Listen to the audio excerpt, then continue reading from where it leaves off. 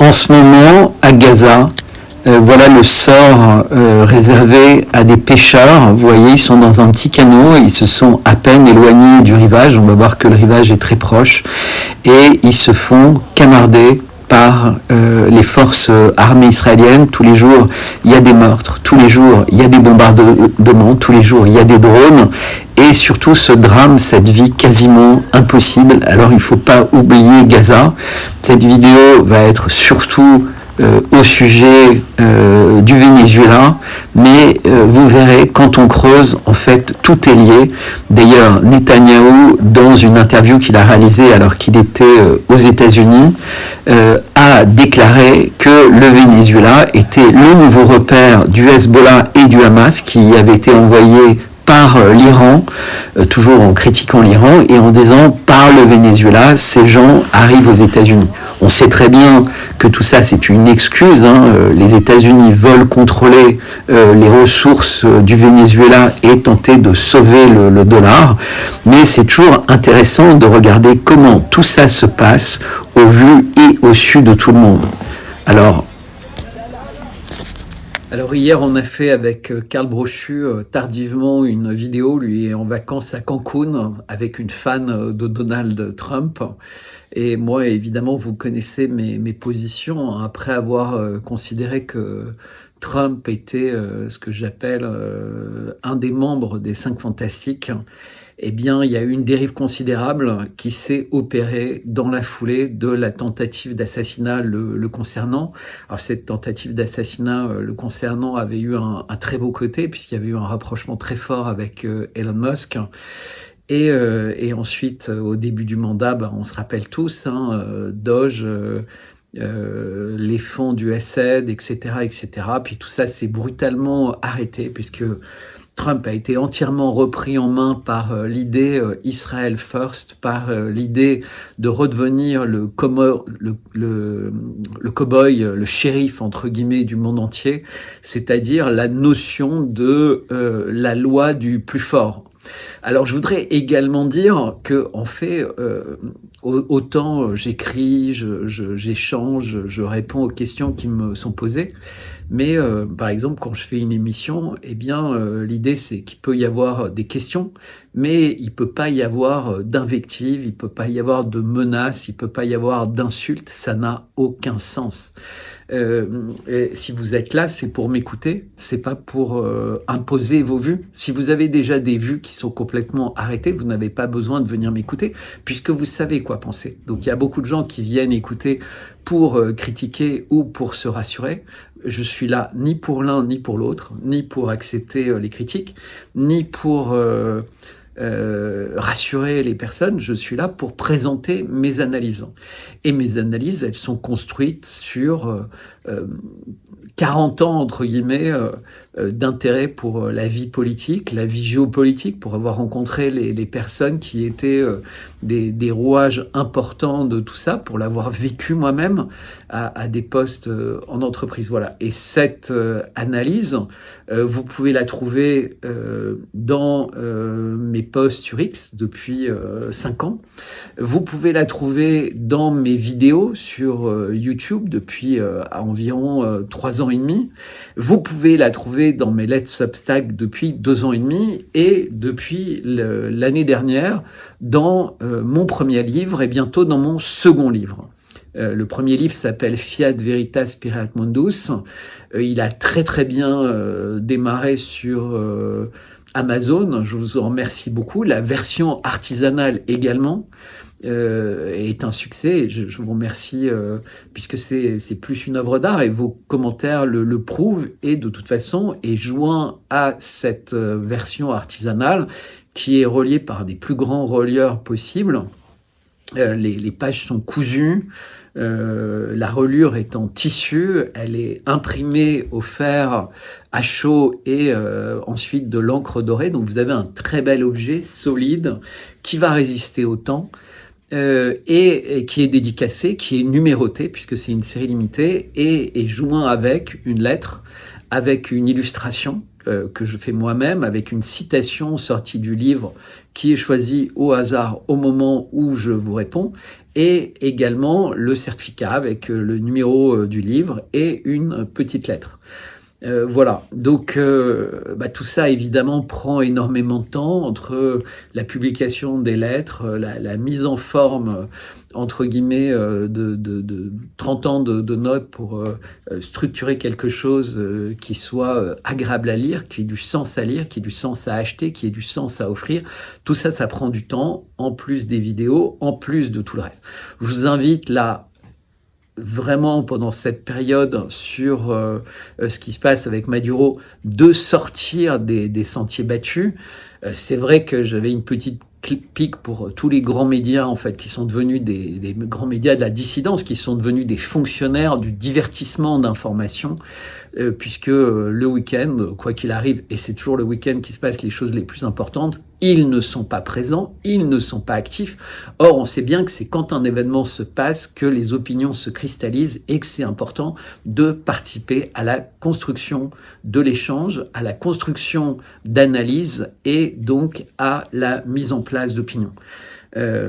Évidemment, en revanche, on va les trouver sur des sujets très putaclic, entre guillemets, et là, ils sont très forts, y compris les week-ends, avec des choses enregistrées pour s'assurer qu'ils peuvent en permanence gaver un public assoiffé, entre guillemets, de choses qui sont rassurantes, qui sont révoltantes, qui sont exaspérantes, plutôt que de choses qui leur permettent de gagner en lucidité. Je trouve très sympathique Dieudonné, mais faire 50 émissions à la sortie de ces spectacles, à un moment, c'est vrai que ça peut être étonnant, quoi. À quoi participe-t-il? Est-ce que c'est véritablement devenu l'information centrale? Alors bon, quand on voit que ça fait 300-400 000 vues, on se rend compte que oui, en fait, les gens aiment ce genre de divertissement. Voilà. Et dans le même temps, évidemment, aucun intérêt pour le verdict demain dans l'affaire Brigitte Macron. Alors que toutes les télés du monde, les grandes télés du monde, me sollicitent. Alors je vais pas donner la liste, pour avoir mon point de vue, faire des interviews, etc., etc. Mais dans la dissidence, rien du tout, ça n'intéresse pas, alors qu'on est véritablement dans un sujet central, comme je l'ai expliqué dans d'autres lettres, puisqu'on est dans la dérive qui a été installée avec la loi Pleven d'abord, puis avec la loi Guesso, puis avec la loi Schiappa, qui permet véritablement de clore toute possibilité de débat, de clore toute possibilité d'émettre des opinions en dehors des sentiers battus qui sont immédiatement criminalisés. On n'a même pas le droit de poser des questions. Donc, et aux États-Unis, de toute façon, on a des milliardaires américains à tendance très sioniste. J'ai les extraits qui disent que pour sauver le premier amendement, donc sur la liberté de parole, il faudrait détruire le premier amendement. C'est comme quand on dit, pour votre sécurité, on va vous supprimer vos libertés. Donc un peu comme si on disait, voilà, pour éviter que vous glissiez dans la neige, on vous oblige à rester chez vous pendant tout l'hiver. Pour vous obliger, pour vous éviter de vous déshydrater, vous allez rester enfermé chez vous, près d'un robinet, pendant tout l'été. C'est ce type de raisonnement, mais évidemment, là je présente ça de façon dystopique, c'est beaucoup plus subtil dans la manière avec laquelle c'est géré. Donc on a cette émission avec Karl, je pense qu'il pourrait beaucoup vous passionner. Je cherche parce que j'aimerais bien, comme d'habitude,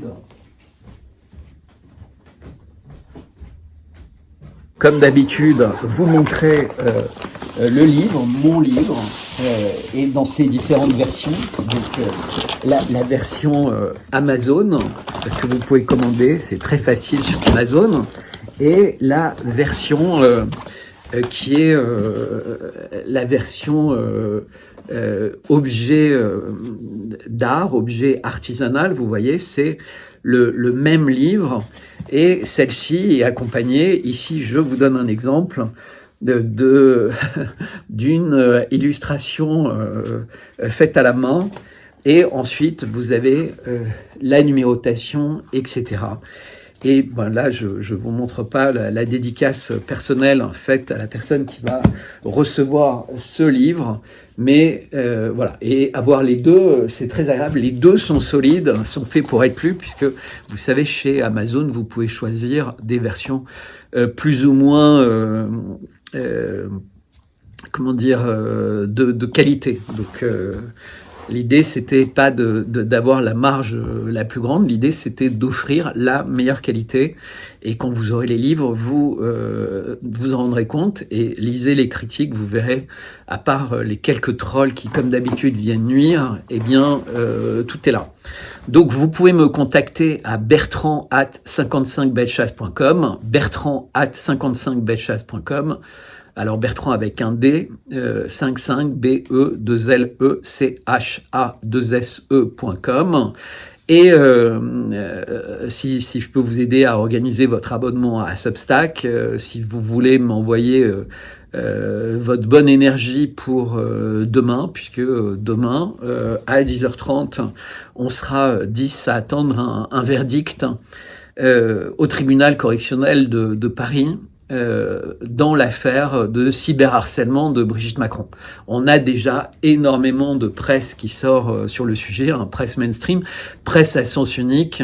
Voilà, alors je vais pas revenir sur toute la polémique, je pense que je vais écrire là-dessus ce soir avant demain, et puis je répondrai aux questions des quelques médias auxquels j'ai accepté de donner du temps demain, avant et après l'audience. Voilà. Je vous dis à très bientôt. À nouveau, tous mes vœux. J'ai écrit mes vœux à la fois sur X, j'avais déjà présenté mes vœux sur YouTube, et dans une longue lettre Substack dont le lien sera présenté avec cette vidéo. En tout cas, merci beaucoup. Je vous dis à très bientôt, et courage, lucidité. Vraiment essayer de vous focaliser sur des personnes qui ont montré au fil des années leur crédibilité, leur investissement, leur disponibilité, et pas des divertisseurs, des spécialistes de l'infotainment, etc. Et il n'y a pas du tout de critique, c'est juste que si vous voulez me suivre de façon qualitative, il faut accorder du temps. Et si vous êtes des goinfres d'informations, et je sais de quoi je parle, puisque j'ai mon père qui vient de passer 10 jours à la campagne avec moi, et il fait partie, comme beaucoup de personnes qui sont à la retraite, de ce que je pourrais appeler goinfre de l'information. C'est-à-dire qu'il se réveille très tôt, il se couche relativement tard, et à peu près 80-90% de son temps, il le passe depuis des années, enfin depuis sa retraite en l'occurrence, à s'informer. Et il s'informe dans beaucoup de directions, et résultat, alors que avant j'avais un père qui avait peu de temps pour s'informer, et donc il choisissait bien ses sources d'information. Maintenant, et donc c'était très utile, et on pouvait avoir vraiment des discussions intéressantes. Maintenant, j'ai quelqu'un avec qui la discussion est devenue très compliquée, parce qu'il est complètement noyé dans le brouhaha. Il est comme un petit navire dans une tempête incroyable, et il est tout le temps dans les sollicitations, dans les petites choses. Et puis maintenant, il faut dire, il y a énormément de choses qui sont fausses. C'est-à-dire qu'il y a des gens qui créent une audience très forte sur des choses idiotes, mais qui plaisent. Et donc voilà, en tout cas, passez un bon moment avec cette vidéo. À nouveau, tous mes vœux. Merci à ceux qui commandent le livre sur Amazon ou qui me contactent pour le commander. Vous pouvez payer par chèque, en m'envoyant une lettre directement. Vous pouvez payer par virement. Vous pouvez éventuellement payer par PayPal. Il faut bien voir que le livre est quelque chose qui est complètement différent de l'abonnement à Substack. C'est deux choses et deux travaux très séparés l'un de l'autre. Et quand vous aurez le livre, vous verrez, ça n'a rien à voir avec les lettres. J'ai pas fait un livre qui est la synthèse de lettres qui ont plu. Ça arrivera peut-être, mais ça aura une autre forme, parce que dans certaines lettres, j'écris des contes. et je sais que ça plaît beaucoup. Donc voilà. En tout cas, merci beaucoup, à très bientôt, bon courage, soyez résilients, et si vous pouvez avoir une petite pensée demain à ceux qui seront sur le banc des accusés, le banc des prévenus, et qui vont l'être massivement pendant les prochaines 48 heures par tous les médias, eh bien, je vous remercie. Nos acusa a nosotros, a mí me acusan de patrocinar el terrorismo. Son ellos los que patrocinan el terrorismo. Aprovecho para condenar de nuevo, desde el fondo de mi alma y de mis vísceras, al Estado de Israel. Maldito seas, Estado de Israel. Maldito seas, terroristas y asesinos.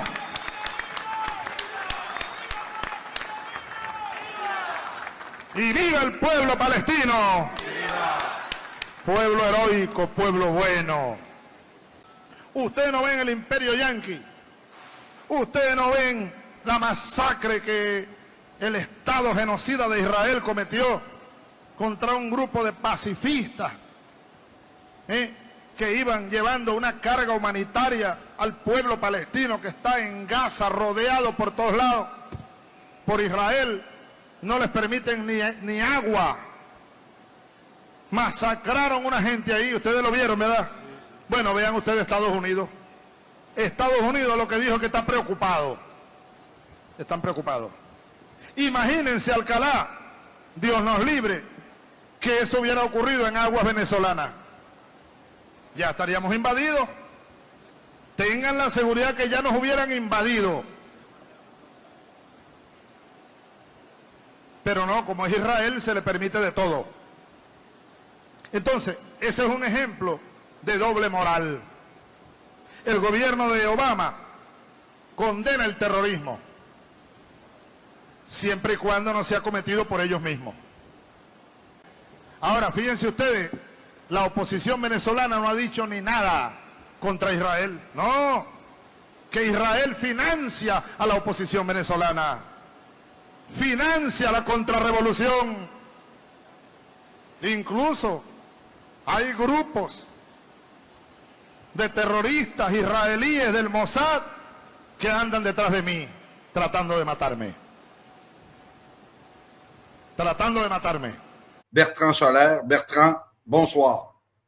Bonsoir Karl, et je suis content de te parler même de l'autre bout du monde, puisqu'on est encore plus loin l'un de l'autre en ce moment qu'on l'est d'habitude, ce qui est pas peu dire. Oui, et ici à Cancun, je suis plus proche du Venezuela, mais j'ai rien entendu. Écoute, on te fait venir ce soir parce que, comme je viens de le dire en introduction, très difficile d'apporter des nuances à ce qui se passe actuellement. Et on veut entendre ton analyse. Plusieurs me l'ont demandé et je t'écoute. Alors déjà, je vais essayer de mettre un peu tout le monde d'accord parce qu'il y a une grande naïveté par rapport à tout, à la mémoire, entre guillemets, des personnes qui s'expriment.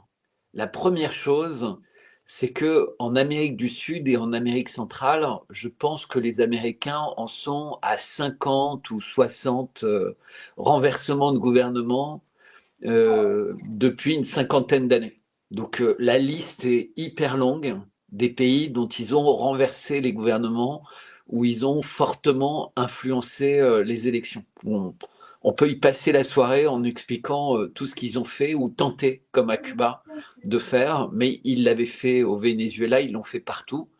Alors à une époque, en fait, les gens qui étaient derrière ces renversements, c'était les grandes compagnies fruitières.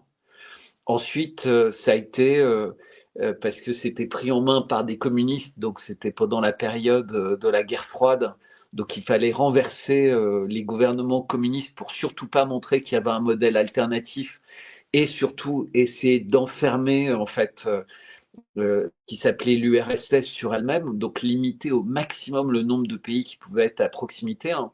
Il y avait uniquement en réalité, si on simplifie, Cuba et la Syrie, du père de Bachar el-Assad qui était Assad, je ne sais plus comment il s'appelait.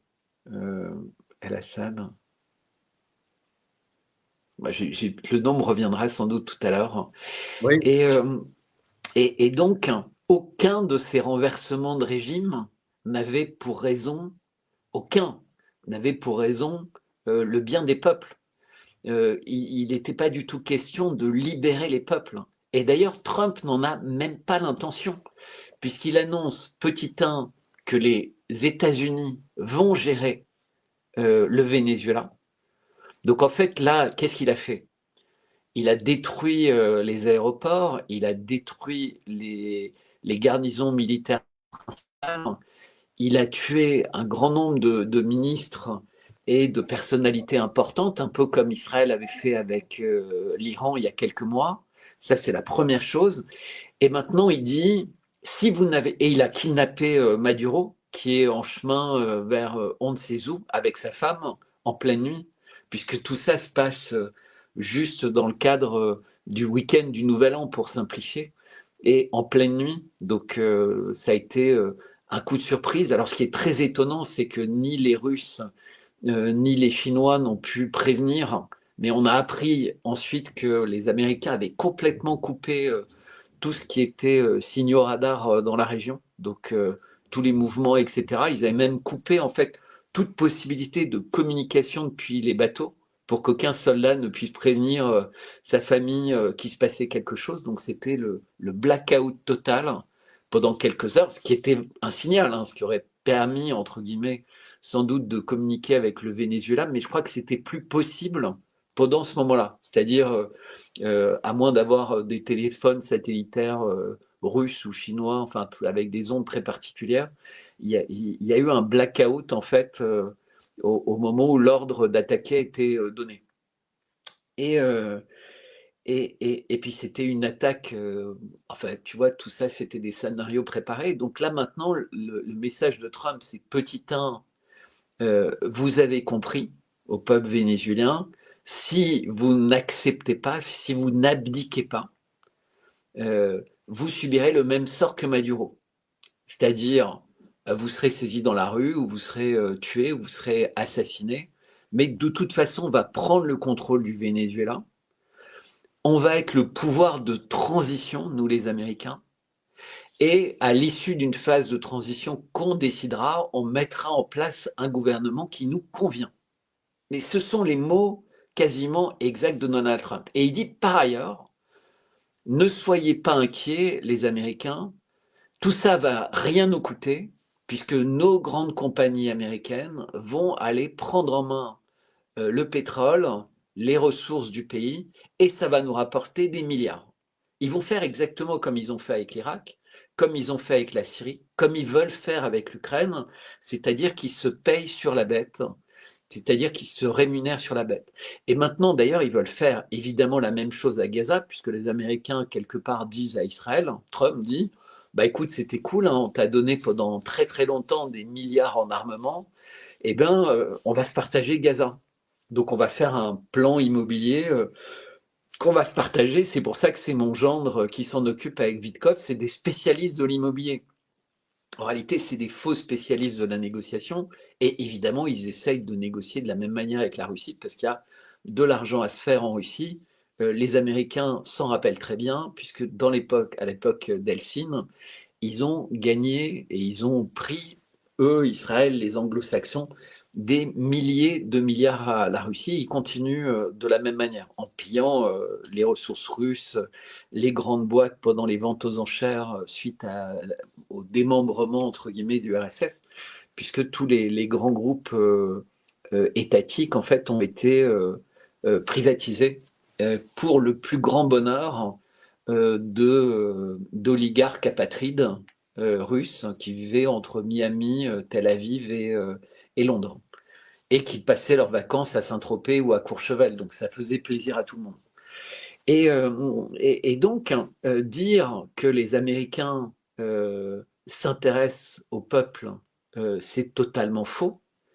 Dire que les Européens ou les Français se posent des questions, c'est faux également. On se rappelle qu'à l'époque de Guaido, ils avaient essayé également de renverser Maduro par tous les moyens, confiscation, sanctions, etc. Donc le Venezuela est quasiment à genoux depuis cette époque-là. Et pourtant, quand on voit les reportages, quand on entend les personnes de terrain, ce qu'ils disent, c'est que en réalité, les gens souffrent, mais ils savent pourquoi ils souffrent.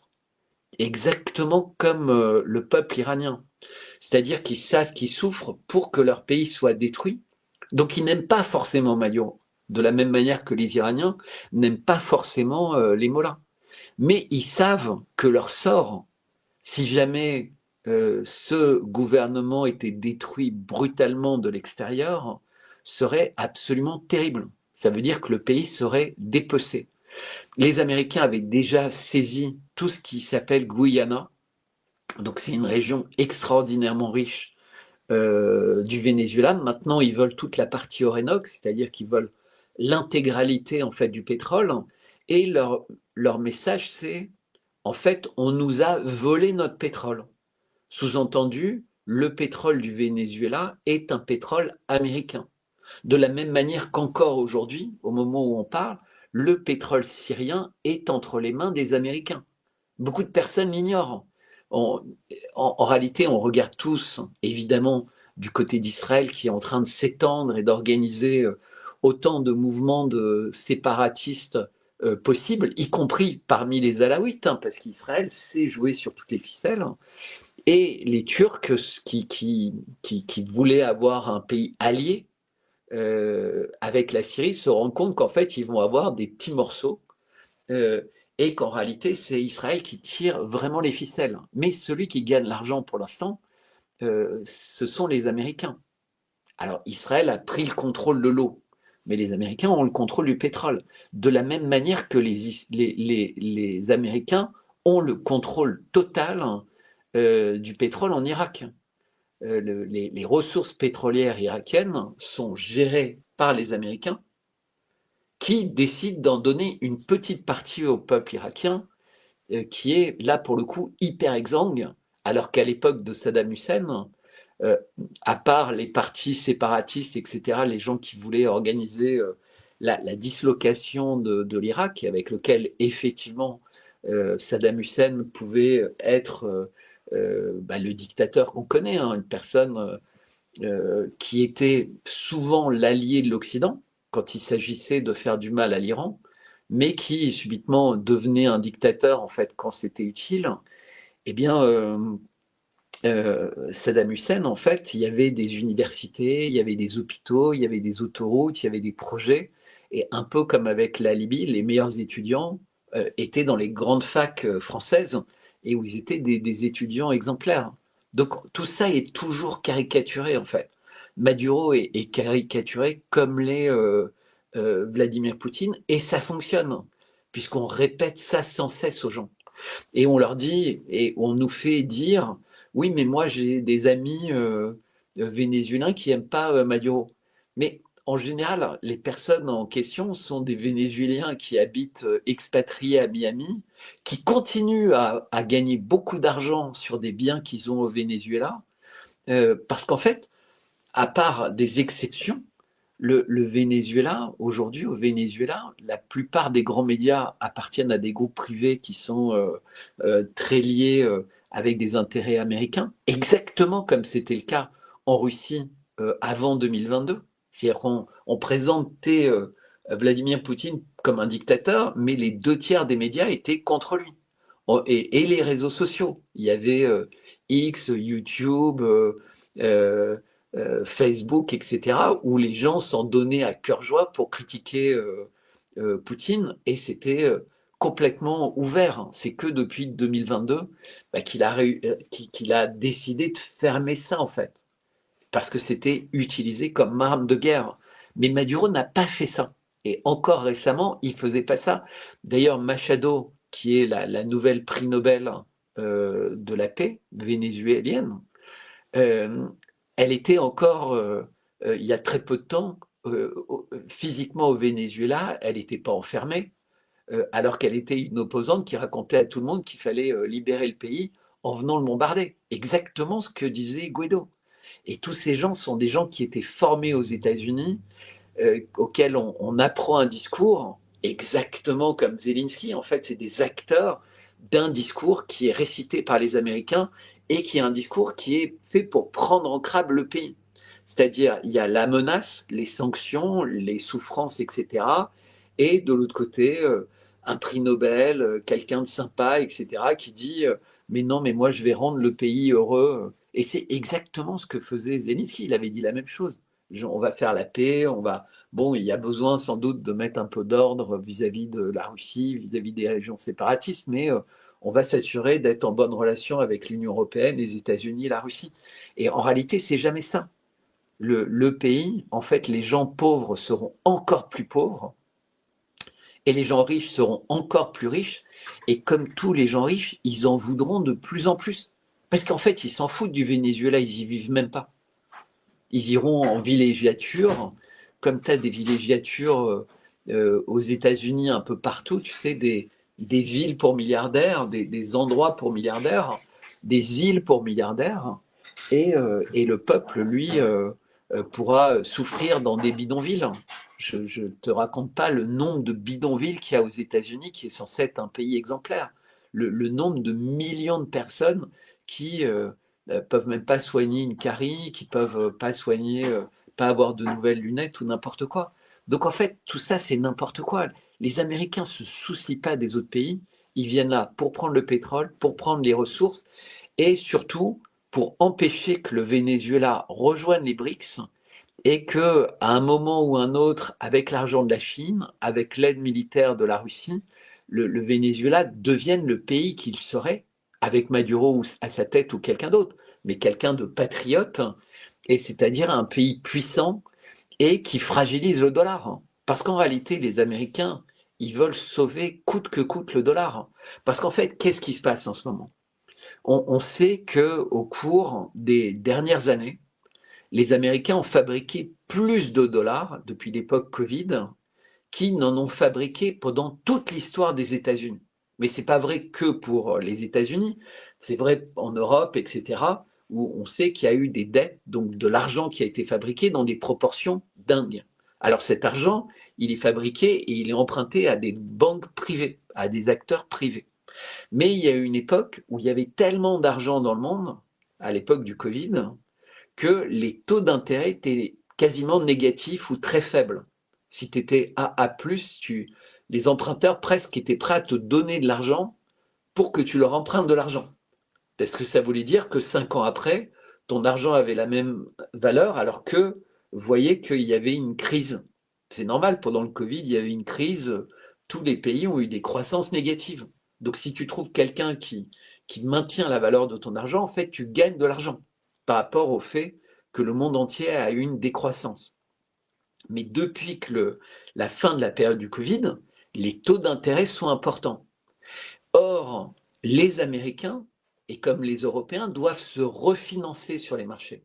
Parce que cette dette, les paquets de dettes, ils ont une échéance. Et les échéances tombent cette année.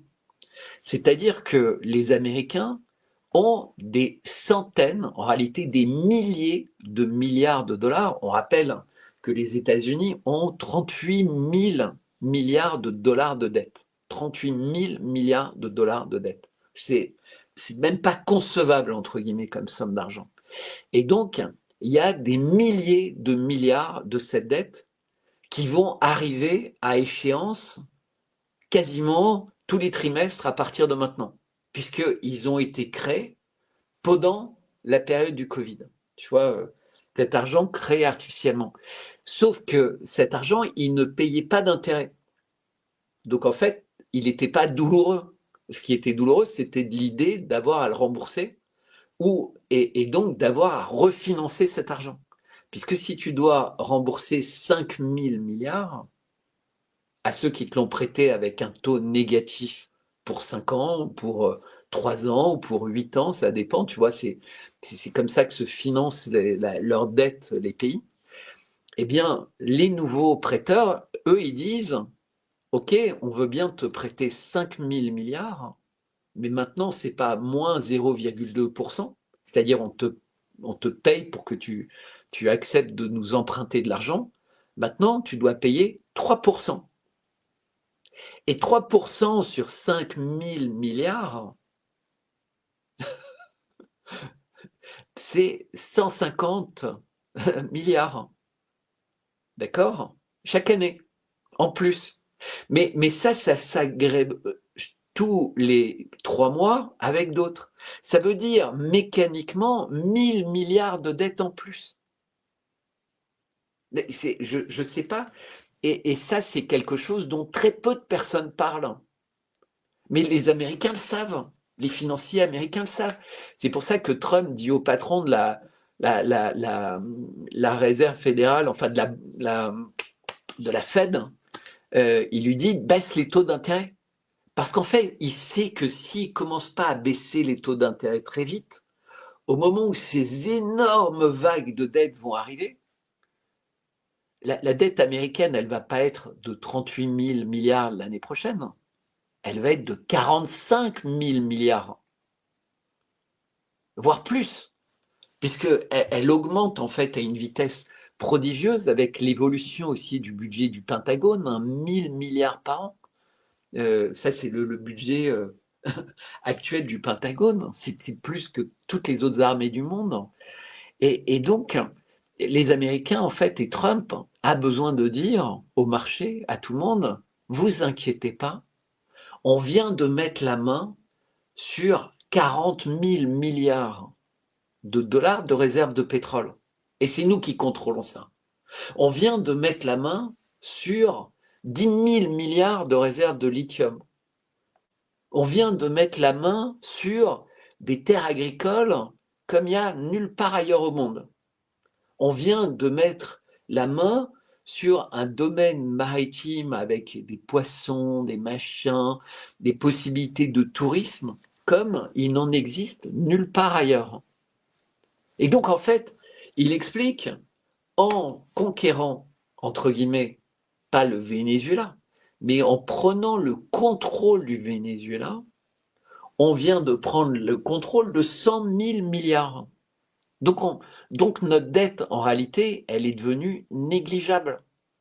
Et c'est exactement ce que sont en train de faire les Américains.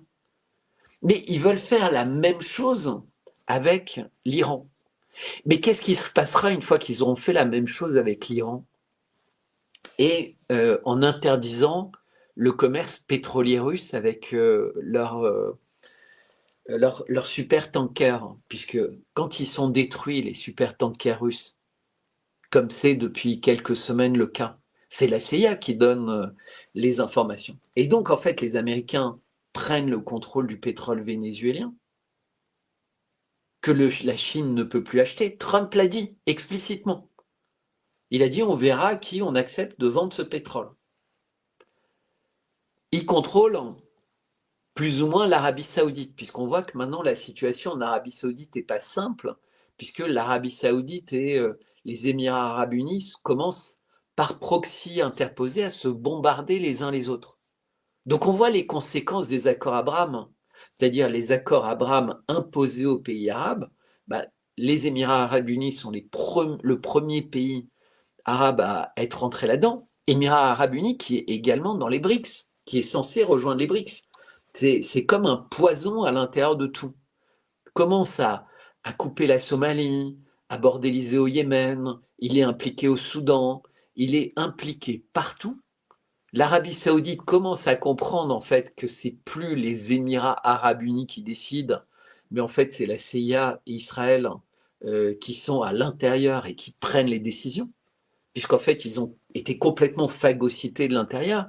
Et c'est pour ça d'ailleurs qu'ils jouent cette espèce de double jeu avec la Russie et la Chine pour les endormir sans doute, puisqu'on voit qu'ils ont des relations, ils interviennent, ils sont censés participer à des pourparlers de paix, etc.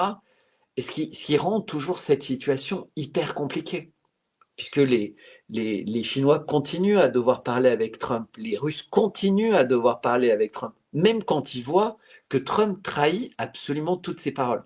Mais donc, ce qu'on observe, c'est que si demain, ou dans les 3 mois qui viennent, l'Iran est renversé. Et c'est ce qui est en train de se passer de l'intérieur. C'est quelque chose que j'avais dit à l'époque, si tu te rappelles, quand tout le monde me critiquait, j'avais dit, maintenant, en fait, l'Iran a sa tête qui est tellement affaiblie que le travail, c'est juste un travail en profondeur pour créer une révolution. Et c'est exactement ce qui est en train de se passer. Oui, je t'ai fait un commentaire il y a quelques jours avec les événements qui se passent en Iran, puis effectivement, là-dessus, tu avais une bonne lecture. Moi, j'ai Mais j'étais le l'impression seul à dire. on est en train de détruire de l'intérieur l'Iran, puis ensuite, on va l'achever dans les prochains. Exactement. Oui, Quelques bombes, mais ils n'auront même pas d'effort à faire. Puisqu'en fait, quand tu as des mouvements sociaux comme ça, il n'y a rien de plus facile que les infiltrer.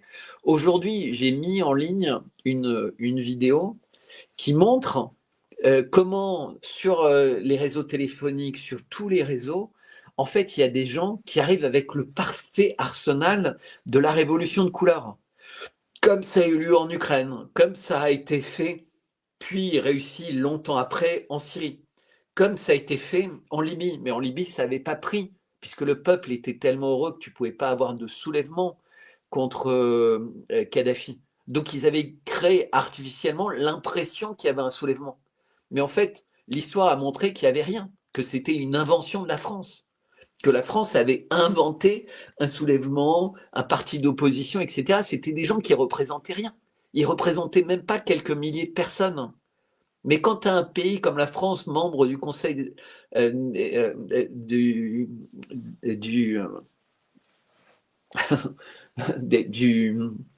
du Conseil permanent des Nations Unies, euh, les gens doutent pas. Et puis comme c'était l'époque d'Hillary Clinton, etc., allez, on y va, de toute façon, ça nous permettra de récupérer du pétrole et de détruire un mec qui veut faire une monnaie or qui va concurrencer le CFA et le dollar.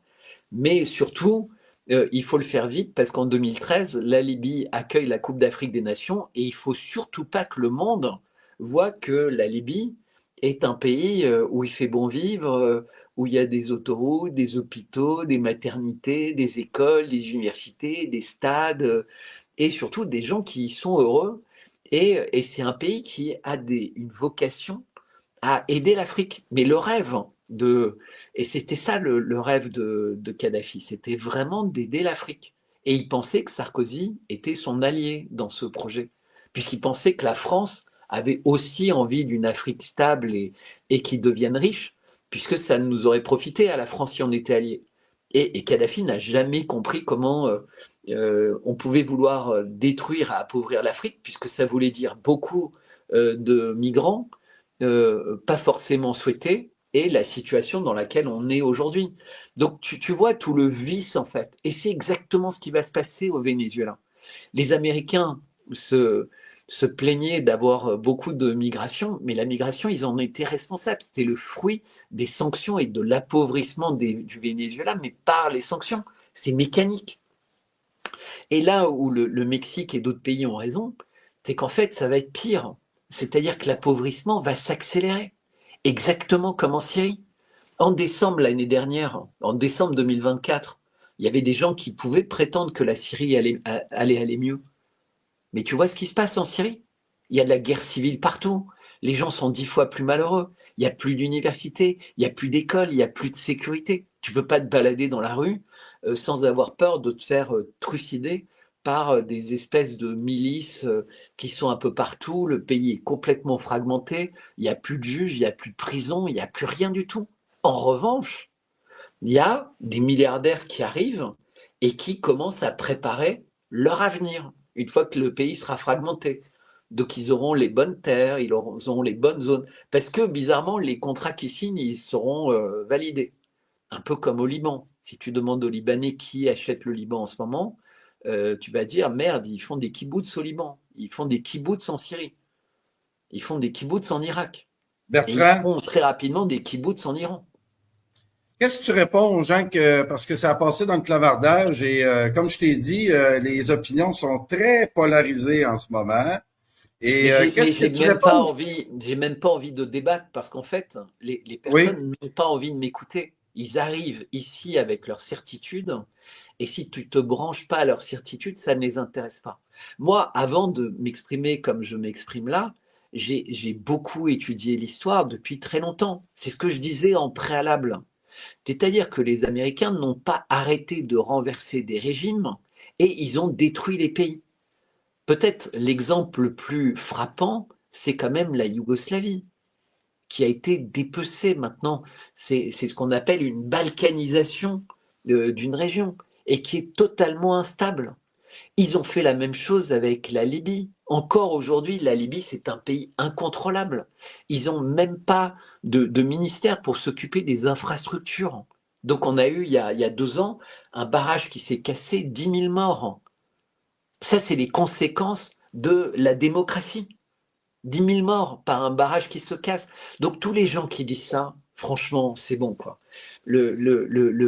Maduro, tu vois, c'était pas du tout un dictateur. La preuve, c'est que tu avais pu avoir l'éclosion d'une Machado qui vivait là-bas.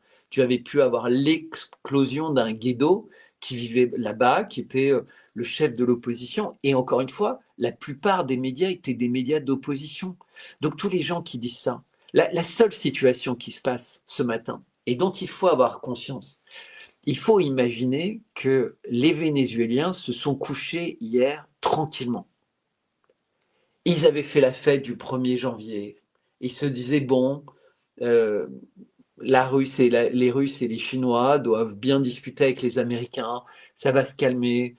Trump a toujours dit, voilà, c'est un bras de fer avec Maduro, mais voilà, les choses devraient bien se passer. Et en pleine nuit, des avions qui bombardent tout, des hélicoptères qui bombardent tout, toutes les garnisons, le ministre de la Défense dont la villa est détruite, un certain nombre de généraux, etc. Ce qui fait qu'en fait, en quelques minutes, Caracas n'a plus de chef militaire, n'a plus de système de transmission radio, n'a plus rien, blackout complet, et blackout de tous les réseaux de télécommunications. Et donc, si tu veux, à part quelques personnes avec des carabines ou des manpads, etc., il n'y a plus rien, ils n'ont plus d'instructions. Donc, ils sont prêts pour la guérilla urbaine, mais ils n'étaient pas prêts, tu vois, à partir de maintenant, si les Américains y vont, ils vont avoir, comme le Vietnam, une guérilla urbaine dans ce pays. Mais les Américains n'avaient pas l'intention d'y aller, ils avaient l'intention de mettre KO, de saisir Maduro, avec beaucoup de traîtrise, hein, quand tu mets 50 millions de dollars sur la table, plus tout ce que la CIA et les Américains savent faire, si tu veux, pour corrompre, compromettre, etc., puisqu'ils l'ont fait dans pratiquement tous les pays du monde. Donc ils avaient des informations, ils sont arrivés en pleine nuit, comme ils étaient à peine au large du Venezuela et à Trinidad et Tobago, etc., donc très très rapidement, ils étaient sur place. Juste pour que les gens réalisent, il y a quelques années, il y a eu une tentative de coup d'État contre Erdogan. C'est uniquement parce que les Russes ont sauvé Erdogan avec des Spetsnaz qui sont intervenus au moment où il allait être chopé, que le coup d'État n'a pas réussi. Et c'était un coup d'État qui était mené depuis la base d'Incirlik, qui est une base de l'OTAN, donc par les Américains. Erdogan a très bien compris, mais il fait de la réelle politique. Il sait que les Américains ont essayé de le renverser. Grâce aux Russes, il a été sauvé, mais en même temps, il est obligé, si tu veux, de composer avec les deux. Parfois, il est ami des Russes et ennemi, parfois il est leur ennemi, parfois avec les Américains. C'est pour ça qu'il est un peu illisible. Il fait du Erdogan. Bon, là, cette fois-ci, personne ne pouvait sauver,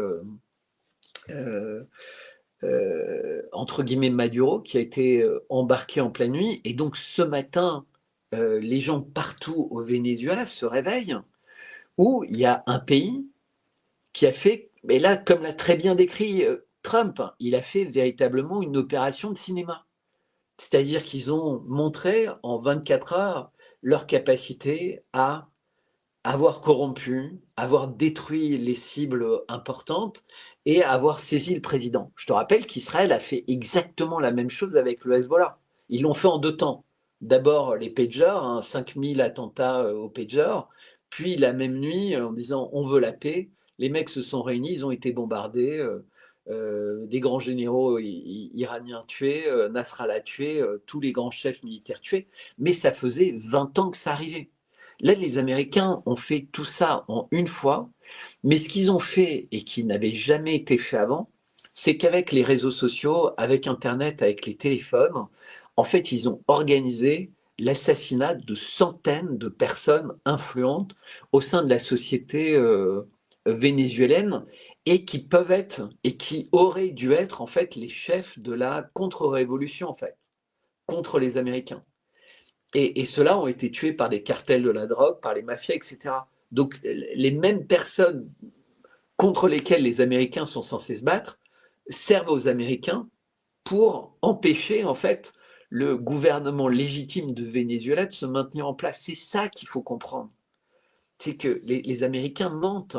Ils veulent sauver le dollar, ils veulent emmerder les Russes et les Chinois, et ils veulent montrer au reste du monde que personne ne peut rien contre eux. Et le cynisme va plus loin, c'est que Machado, l'alpha et l'oméga de ce qu'elle dit dans les médias, c'est « je veux avoir des très bonnes relations avec Israël ». Mais depuis quand un pays aussi puissant que le Venezuela, sa préoccupation, c'est d'avoir des bonnes relations avec un tout petit pays comme Israël? Non mais, est-ce que vous réalisez dans quel monde on vit? On a un tout petit pays minuscule et autour duquel doivent se décider la politique de tous les pays. Le président Milei de l'Argentine, qui s'est félicité de ce qui s'était passé au Venezuela, son alpha et l'oméga, c'est Israël. C'est pas les États-Unis, c'est pas machin, c'est Israël et un peu le dollar. Peut-être la future maîtresse, entre guillemets, du Venezuela, c'est la même chose. Ce qui est grave, et je le répète tout le temps, c'est que les Américains veulent essayer de sauver le dollar. Ils sont prêts à tout pour ça, à faire des guerres, à provoquer au maximum la Russie et la Chine, et ils vont faire la même chose avec Israël en Iran. Mais en réalité, l'alpha et l'oméga, c'est Israël first. Et c'est là où c'est très important. Parce qu'on avait parlé la dernière fois de Nick Fuentes. Nick Fuentes, jusqu'à la fin de l'année dernière, il disait il faudrait quand même pas que Trump tombe dans le piège d'envahir le Venezuela. Et donc, il y a plein de vidéos où il dit ça. Aujourd'hui, Nick Fuentes a dit « Vive les États-Unis ». Pourquoi? Parce qu'en fait, il est tombé dans le même syndrome de dire « Putain, heureusement qu'on détruit et qu'on prend le Venezuela et qu'on s'accapare leur pétrole, sinon c'est les États-Unis qui seraient ruinés. Donc, autant sacrifier des peuples entiers, des régions du monde entières, parce que grâce à eux, on va pouvoir rembourser nos conneries. » Et tu sais, c'est exactement ce qui s'est passé dans la crise des subprimes. C'est exactement ce que les banquiers ont fait. On s'est gavé avec les subprimes. Maintenant, il y a un problème. Eh ben, c'est l'ensemble du monde qui va payer pour nos erreurs. Mais on ne va pas changer les banquiers, on ne va pas changer notre système, on ne va surtout pas constater qu'on s'est foutu du monde. Le monde va payer pour nos conneries. Eh bien, si tu veux, quand tu es quelqu'un comme Nick Fuentes et que tu raisonnes comme ça, c'est la condamnation à mort de ton pays. Parce que soit le monde s'écroule autour de ça, puisqu'il ne peut que s'écrouler, le monde, avec un pays comme les États-Unis, qui a besoin maintenant, petit à petit, du monde entier pour justifier son niveau de vie et sa propre existence, puisque la propre existence des États-Unis et d'Israël n'existe que comme vampire à l'échelle des États-Unis du monde et d'Israël de sa région, et un peu des États-Unis. Parce que c'est ça la réalité. Si on ne comprend pas ça, on ne peut rien comprendre. Et confisquer l'eau, confisquer la mer, confisquer tout ce qui est possible, c'est ça la réalité. Et donc quelqu'un qui me dit non, c'est très bien ce qui se passe au Venezuela, il doit aller sur une autre chaîne, parce que c'est pas sur cette chaîne qui va me convaincre de dire que c'est bien. Il a qu'à aller écouter Alexis Cossette, c'est parfait. Mais et voilà, c'est pas que j'ai pas envie du débat, c'est que c'est un débat que l'affaire, pour moi, elle a déjà été débattue par l'histoire, en fait. L'histoire que les Américains n'aiment pas les autres pays. Les autres pays n'ont qu'un intérêt pour eux. Ils ne représentent pas un rôle altruiste, en fait. Ils ne s'intéressent au pays que dans une relation commerciale, dans une relation de force. Depuis depuis les premiers pas sur le territoire américain. C'est le génocide des Indiens. C'était la nouvelle Bertrand, Chine. Il faut quand oui. même comprendre. C'est-à-dire que pour comprendre la mécanique américaine, il faut voir la conquête de l'Ouest avec les Mormons, ce que ça a été. Et il faut voir quel est leur meilleur allié, c'est Israël et le comportement d'Israël dans sa région. Parce que c'est ça qui est infernal. C'est ça qui est très, très difficile à comprendre. Mais c'est qu'il y a des pays qui ont du mal avec Israël. Et c'est dommage.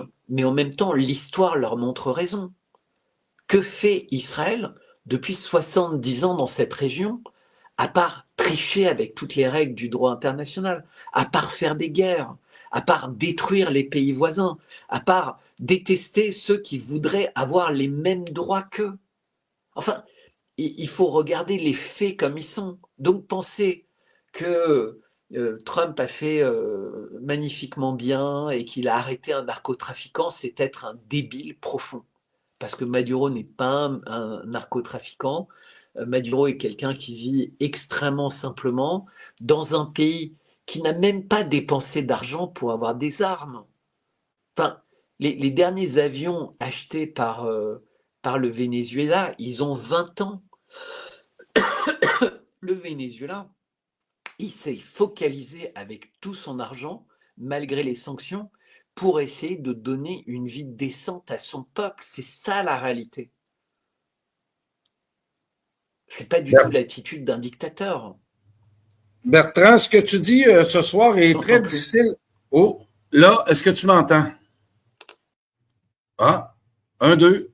Alors, c'est peut-être Bertrand là, qui a des problèmes. Je veux quand même aborder avec Bertrand ce fossé-là qui existe actuellement dans l'opinion publique. Tout ce qu'on peut dire sur ce qui s'est passé hier, je le vois dans le clavardage, ça suscite beaucoup la colère parce que tu essaies de dire certaines réalités qu'on ne veut pas voir.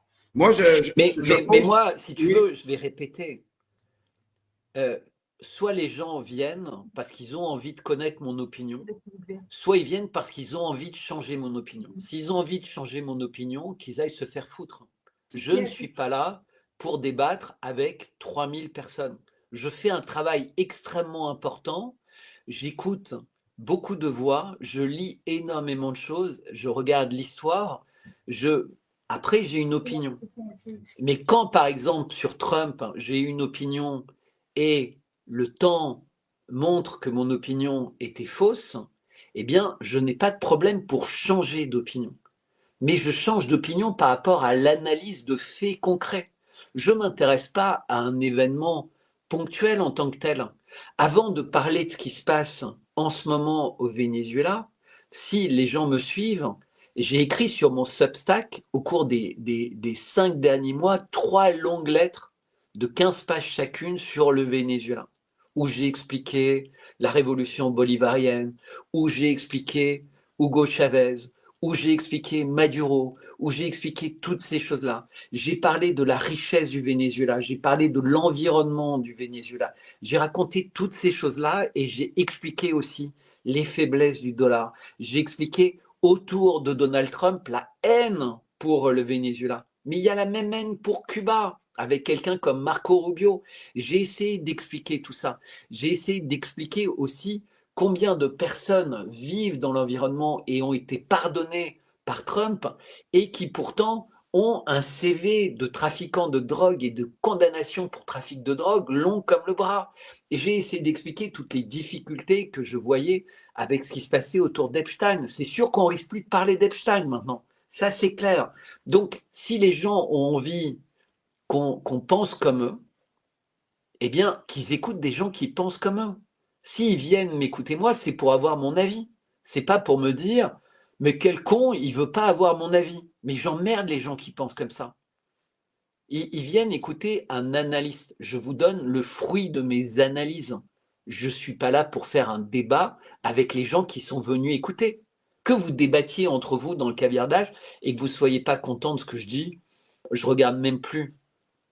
Parce que de toute façon, la plupart des personnes qui pensent comme ça et qui sont haineuses ne m'intéressent pas. Le temps, invariablement, et c'est très malheureux, j'aimerais que ce ne soit pas le cas, me donne raison. m'a donné raison sur l'Iran, alors qu'on m'avait dit j'avais complètement tort. Et depuis quelques semaines, j'ai plein de personnes qui me disent putain, je vous ai détesté dans le débat que vous aviez eu avec tel monsieur. Et maintenant, je me rends compte qu'il dit n'importe quoi, qu'il est gâteux et que vous aviez raison. Bon, ben voilà, vous verrez. J'avais dit au moment de la Syrie, eh ben, il se passe ce que j'avais dit. Pourtant, il y avait plein de personnes qui disaient non, c'est génial, c'est faux, c'est pas génial, etc., etc. Et vous allez voir, malheureusement, parce que je ne m'exprime pas sans avoir pris beaucoup, beaucoup de temps, des années de réflexion. Je ne suis pas là, voilà. Je ne crois pas en Q, j'ai jamais cru en Q. Mais j'ai cru en Trump, ce qui est différent. Bertrand, effectivement, c'est les peuples qui risquent d'être perdants encore une fois. Moi, je suis là-dessus, j'abonde en ton sens. Est-ce que j'ai deux questions à te poser pour l'émission. Est-ce qu'on assiste au début d'un effet domino? Plusieurs relient ça aussi à l'Iran et à d'autres régions dans le monde. Est-ce qu'on est dans le début là, de 2026 dans un chaos qui va s'installer tranquillement? Si tu veux, le fait que Trump, alors Trump dit ça aurait dû être il y a quelques jours. C'est absolument faux. La date est extrêmement importante. Le fait que cette attaque ait lieu entre le 2 et le 3 janvier 2026, c'est hyper important parce que ce sont les vœux des Américains au monde. Les vœux des Américains au monde, c'est on est redevenus les shérifs du monde.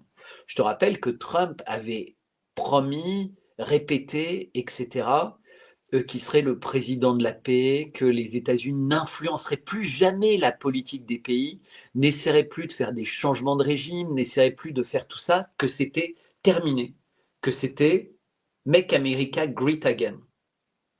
C'était Il n'y a jamais eu dans l'histoire des États-Unis, jamais, un président qui avait autant bombardé de pays que Donald Trump depuis qu'il est au pouvoir. Jamais ce n'est arrivé. Jamais. Il faut bien se mettre ça dans la tête. Jamais un président américain, même les plus guerriers, n'ont bombardé autant de pays que Donald Trump en bombarde.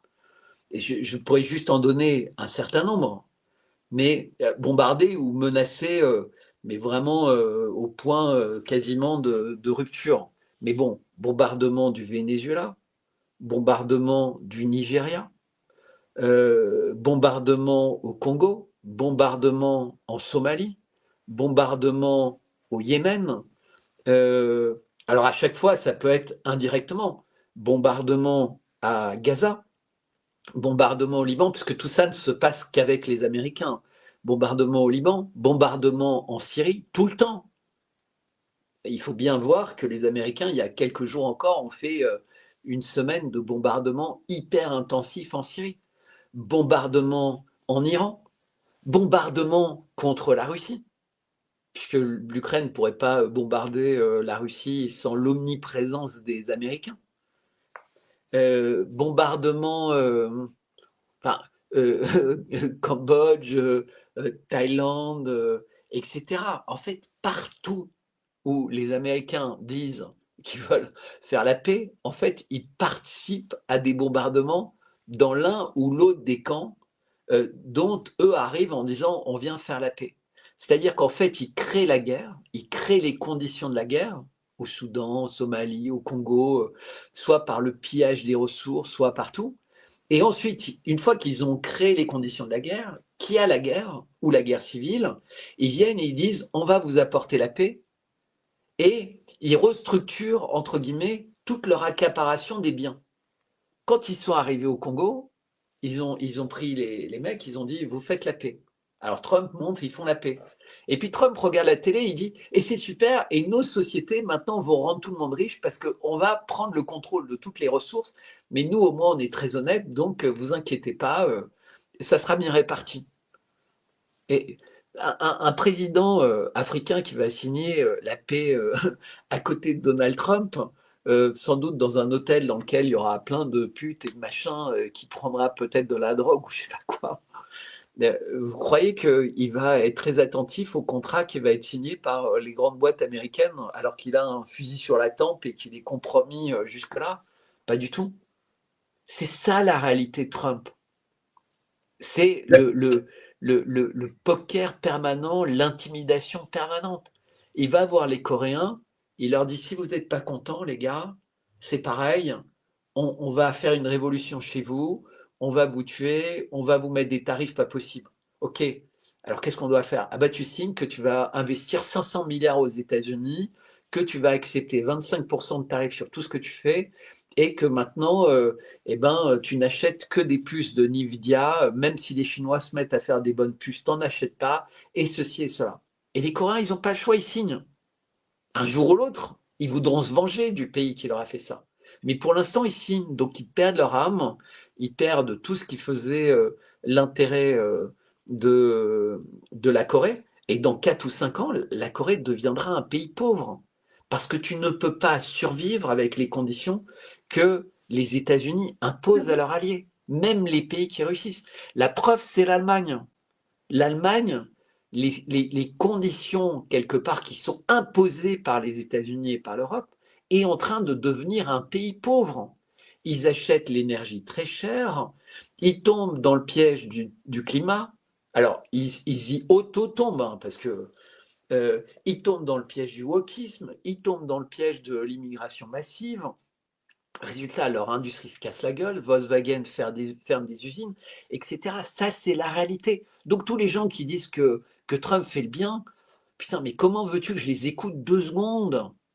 J'espérais que Trump ferait le bien, mais il ne fait que le mal. Et il ne fait pas le mal tout doucement. Il fait le mal à vitesse grand V. C'est ça la réalité. Il s'est même fait vacciner. Et évidemment, il ne s'est pas fait vacciner. Il dit ça pour les gogos.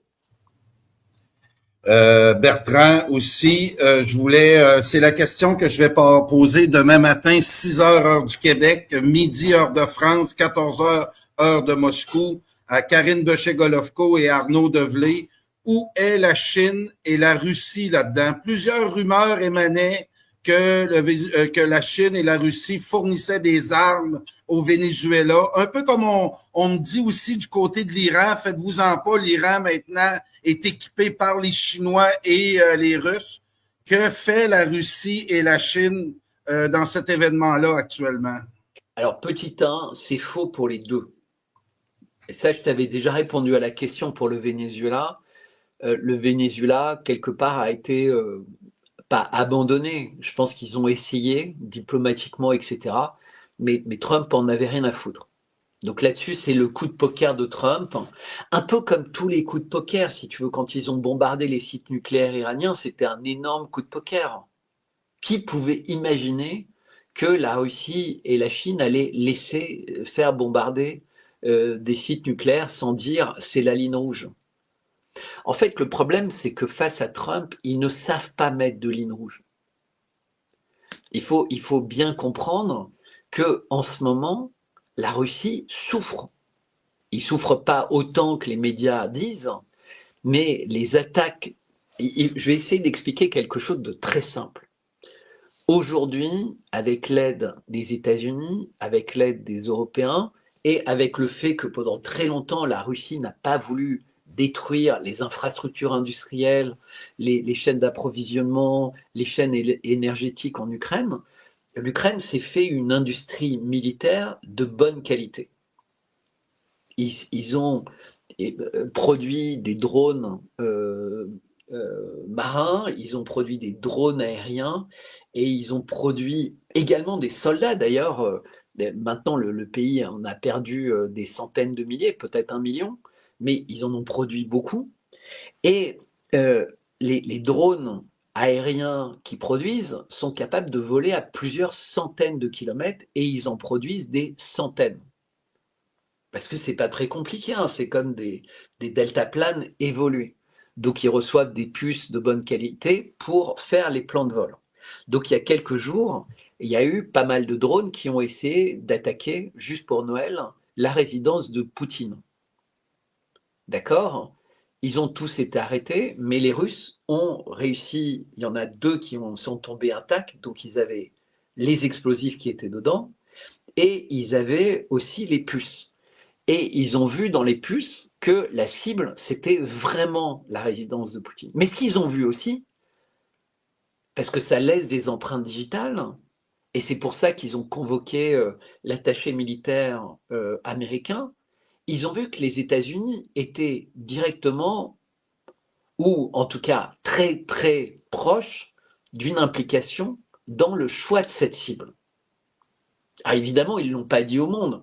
C'est un peu comme les Iraniens, quand Raisi est mort, ils ont fait style, parce qu'ils ne pouvaient rien faire d'autre. C'est un accident. S'ils avaient dit c'est Israël et qu'ils ne faisaient pas une guerre totale contre Israël, tu vois, ils seraient passés pour des cons. Donc ils ont dit c'est un accident. Et là, les Russes, il y a eu ça. Ils savent que c'est les Américains qui sont derrière. Donc ils disent aux Américains, on sait, mais on ne va pas le dire au monde, parce que sinon, on va être obligé de vous attaquer. Donc on va continuer, comme avec Nord Stream, comme avec machin, de faire semblant de ne pas savoir que c'est vous. Mais on sait que c'est vous. Tu vois ce que je veux dire? Parce que s'ils disent c'est eux et qu'ils font rien, puisque ça déclencherait une guerre nucléaire à ce moment-là. Et les Américains jouent là-dessus en permanence. Donc, que visent en fait les gens de la CIA? Ils ont pris maintenant le contrôle du pétrole vénézuélien. Dans leur rêve, maintenant, même le détroit d'Ormuz, si les Iraniens réussissaient, entre guillemets, à le bloquer, quelque part, ils s'en foutent. Ils ont tout ce pétrole vénézuélien maintenant totalement pour eux. Ils vont aller très vite pour accélérer le pompage, envoyer des bateaux, etc. Puisque la limite pour le Venezuela, ce n'était pas le nombre de puits et la capacité de pomper, c'était juste qu'avec tous les embargos et l'absence de raffinerie, l'absence de machin, l'absence de ports, de docks, etc., ils ne pouvaient pas. Mais ça, les Américains peuvent, en quelques mois, remédier à ces problèmes-là. On a bien vu pour l'arrivée du gaz quand il n'y a plus Nord Stream, en quelques semaines, il y avait des solutions alternatives qui étaient créées qui n'existaient pas avant. Donc quand on veut mettre ça en place et quand c'est vital, on trouve ces solutions. Donc les Américains peuvent très vite, et ils sont déjà en train de travailler là-dessus. En fait, ça fait déjà des mois qu'ils travaillent là-dessus, sur exactement ce qu'il faudra faire pour prendre le plus de pétrole le plus vite possible une fois qu'ils en auront pris le contrôle. Donc c'est pas quelque chose où ils réfléchissent maintenant. Ils ont tous ces plans, ils arrivent. Tu sais, il y a les mecs, ils arrivent, ils ont déjà fabriqué les machines, les machins, les ceci, les cela. Parce que c'est ça le job de stratège. C'est pas comme nous qui observons et qui réagissons. Les stratèges, ils ont déjà tout anticipé, ils ont tout prévu. La seule inconnue, c'est le peuple. Et encore une fois, ils ont tué tous les mâles alpha au Venezuela. Les seuls qui ne sont pas tués, c'est les mères de famille, les femmes qui peuvent peut-être réussir à faire un soulèvement. Mais les assassinats ont été très très nombreux et les gens sont terrifiés. Et donc, il suffit maintenant de créer le chaos en Iran, de continuer à empêcher la Russie de pouvoir faire son commerce de pétrole, ce qui est déjà quasiment le cas. Et donc, l'Europe va être prise à la gorge, donc elle devra accepter des prix délirants des Américains, comme ça se passe avec le gaz, hein, puisque l'Europe paye 4 fois plus cher son gaz que les boîtes américaines, et les Chinois seront comme ça. Parce qu'en fait, ils continuent à acheter du pétrole vénézuélien, ils continuent à acheter du pétrole russe, mais c'est de plus en plus dur avec les sanctions secondaires américaines. Pareil pour l'Inde, puisqu'il y a les sanctions secondaires qui sont sorties. Et donc, on voit que là, les Américains ont repris complètement, directement ou indirectement, le contrôle du marché du pétrole. Et donc, les Russes, en réalité, ils n'ont plus que l'option de la guerre mondiale devant eux. Il n'y a pas d'autre option. Et c'est exactement ce qu'écrivait Dugin aujourd'hui. Il dit la seule alternative maintenant pour la Russie, c'est d'essayer avec panache de montrer qu'il y a une ligne rouge qui existe. Parce que si, entre guillemets, ils ne font pas quelque chose d'extrêmement fort, la dérive, elle va continuer. Ils ont beau avancer sur le front ukrainien, les dégâts qu'ils subissent sont de plus en plus lourds. Parce que les fameux drones dont je parlais tout à l'heure, ils n'ont pas visé que la maison de Poutine. Depuis 2 mois, les drones en question, ils arrivent par essaim et ils visent soit des terroristes, soit des drones, ils visent des raffineries stratégiques russes. Et ils visent pas n'importe lesquelles, hein. Ils visent celles qui ont des composants à l'intérieur de la raffinerie, hein. Une raffinerie, c'est un outil industriel très complexe. Eh bien, les parties qui sont quasiment irremplaçables. Donc, si tu vises une citerne, c'est chiant. Il y avait du pétrole dedans, ça fait un grand incendie, etc. Mais tu remplaces la citerne.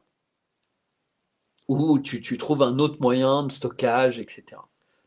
Une citerne, c'est facile à remplacer. Mais il y a des parties dans une raffinerie, les parties complexes, c'est comme dans une sidérurgie, c'est comme dans tous ces métiers-là, qui sont très compliqués à remplacer.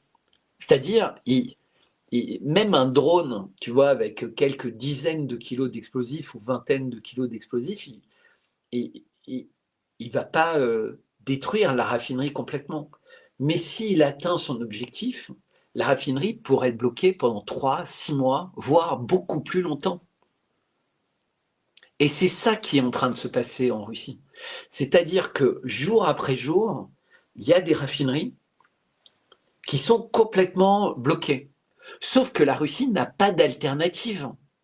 Elle a ses contrats avec ses pays partenaires, donc il y a une grosse partie des raffineries russes qui fonctionnent pour livrer ce qu'ils ont promis à d'autres pays, et ils tiennent leurs contrats, et il y a une partie qui est pour le peuple russe. Et là, ils commencent sérieusement à en manquer. C'est pour ça, en fait, les gens disent, mais putain, Poutine, il est courageux, au fil des mois, il commence enfin à taper. Non, il est juste en réaction. C'est-à-dire qu'il essaie de dire aux Ukrainiens, vous nous faites mal, on peut vous faire plus mal.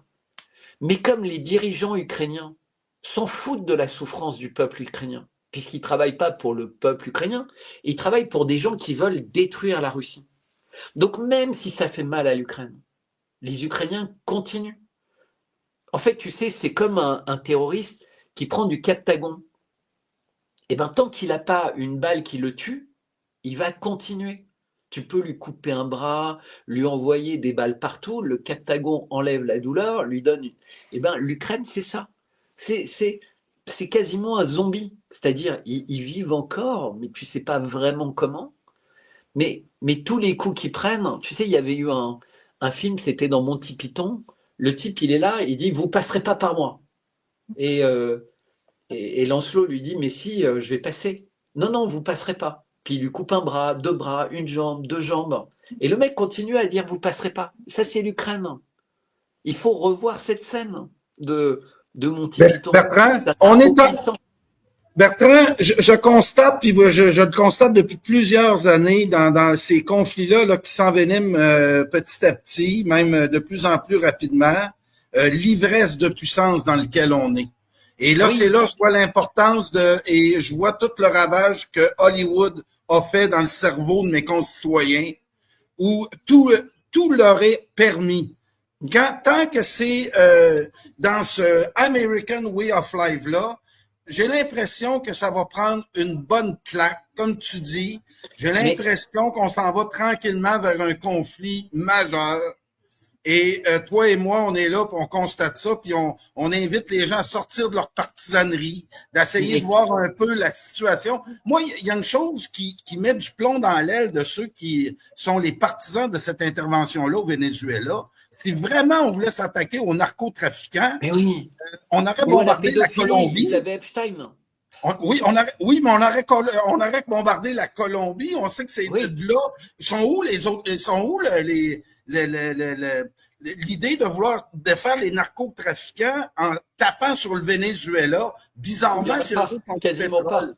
Et l'autre chose, si tu veux vraiment t'attaquer aux narcotrafiquants, tu as beaucoup de choses à faire à l'intérieur des États-Unis pour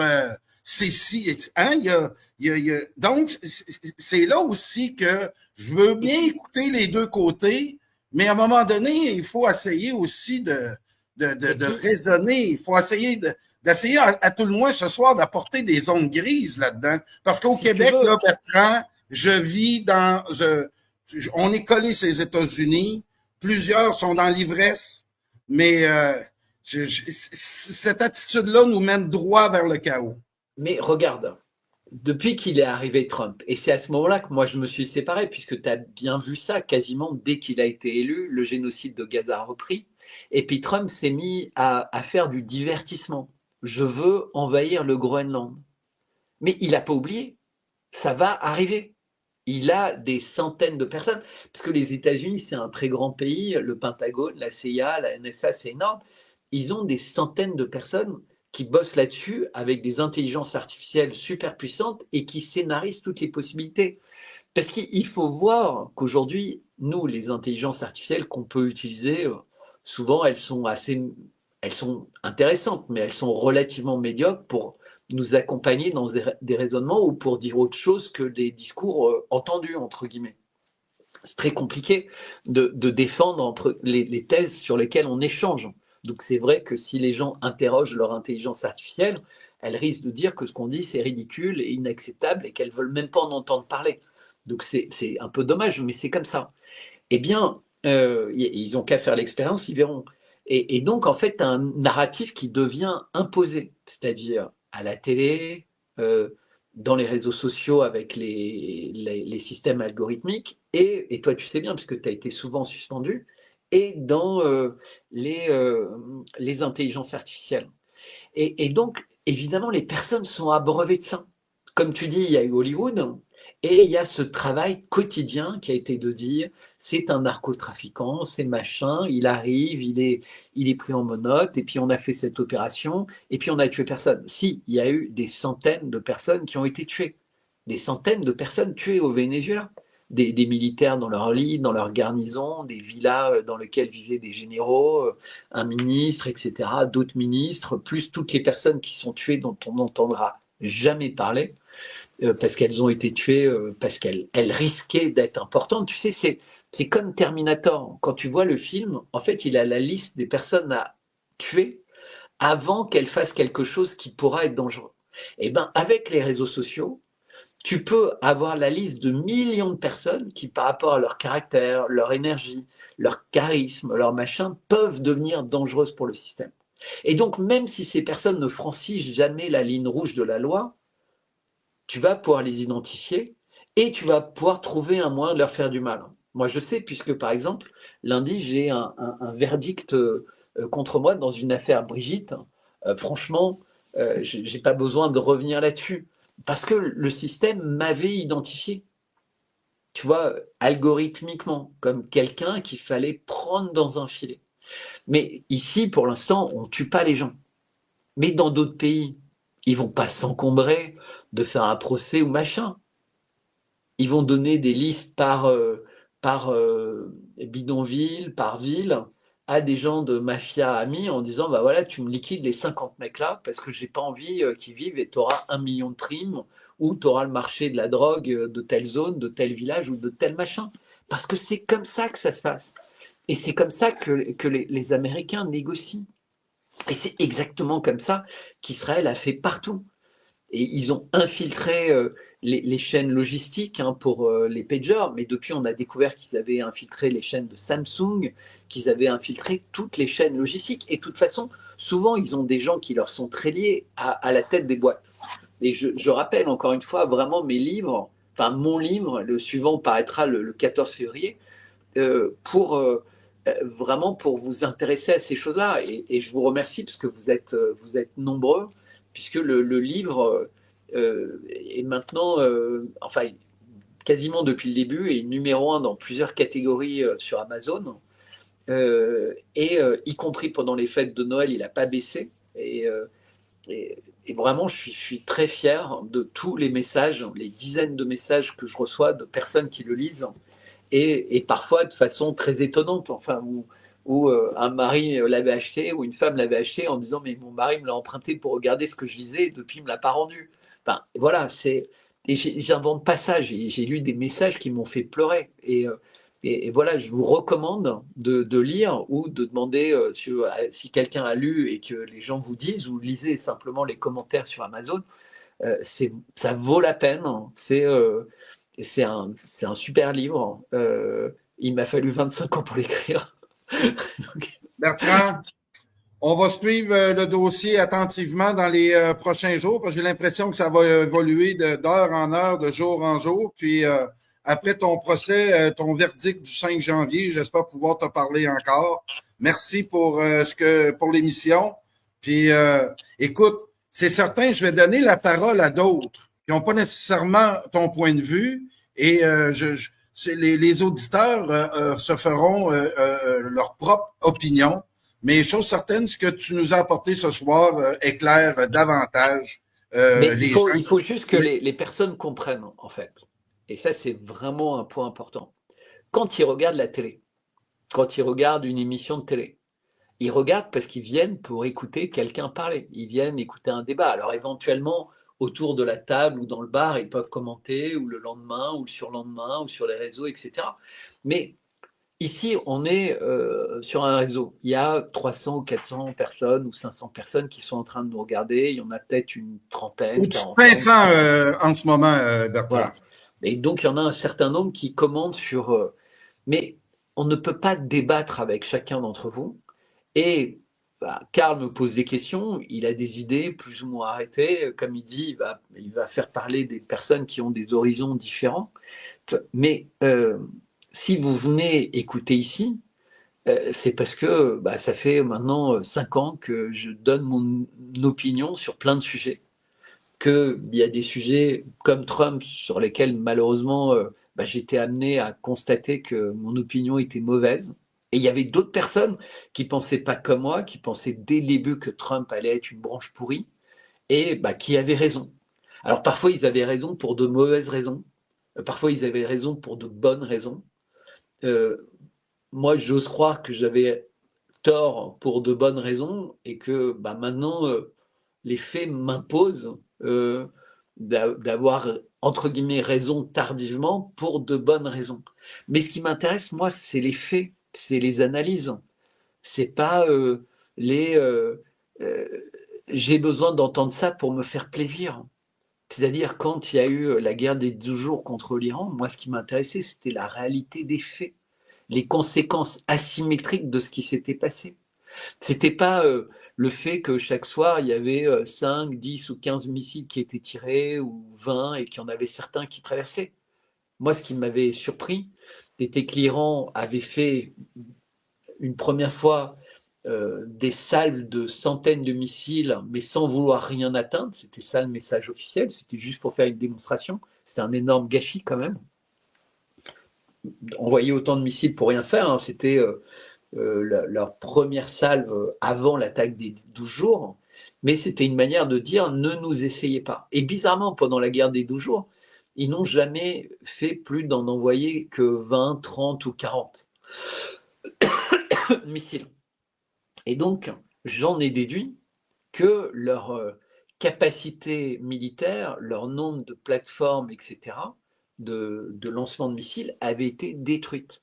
Et donc, j'ai creusé, et effectivement, ce que j'ai découvert, c'est que non seulement le Mossad avait organisé l'assassinat de beaucoup de scientifiques iraniens, l'assassinat de tous les chefs d'état-major iraniens, et d'autres personnes importantes, mais qui n'étaient pas des chefs, donc un peu moins visibles, ça c'était dès la première nuit, mais qu'ils n'avaient pas fait que ça, qu'ils avaient observé et qu'ils avaient détruit plein de tunnels de lancement de missiles, qu'ils avaient détruit des endroits très importants ou des stocks importants dans les chaînes de fabrication de missiles, qu'ils avaient détruit les stocks de carburant pour les missiles, parce que c'est des carburants spéciaux pour les missiles en question, et qui surtout, ils avaient détruit beaucoup de rampes de lancement mobiles.